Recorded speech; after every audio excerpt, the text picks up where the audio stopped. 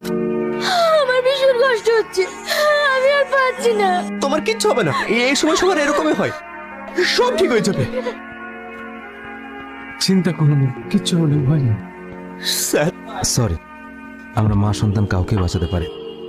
রিয়ার baby হয়েছে, খুব ভালো। আমিও বেবি নিতে চাই। তোমার মাথা খারাপ হয়েছে? ডাক্তার তোমাকে এই সময় বেবি নিতে নিষেধ করেছে, তুমি জানো না? আমার কিচ্ছু হবে না, ডাক্তার এসব বলে।